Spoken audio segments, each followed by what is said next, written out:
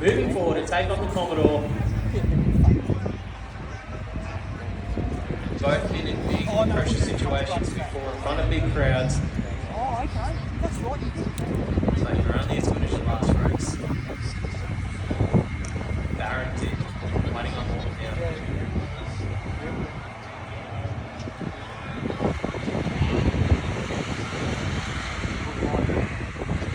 You're about to say what? You don't say Anybody's race here in the final of the 40th anniversary. The win light, we see brake lights. It's going to be Timmy Morton getting the win here.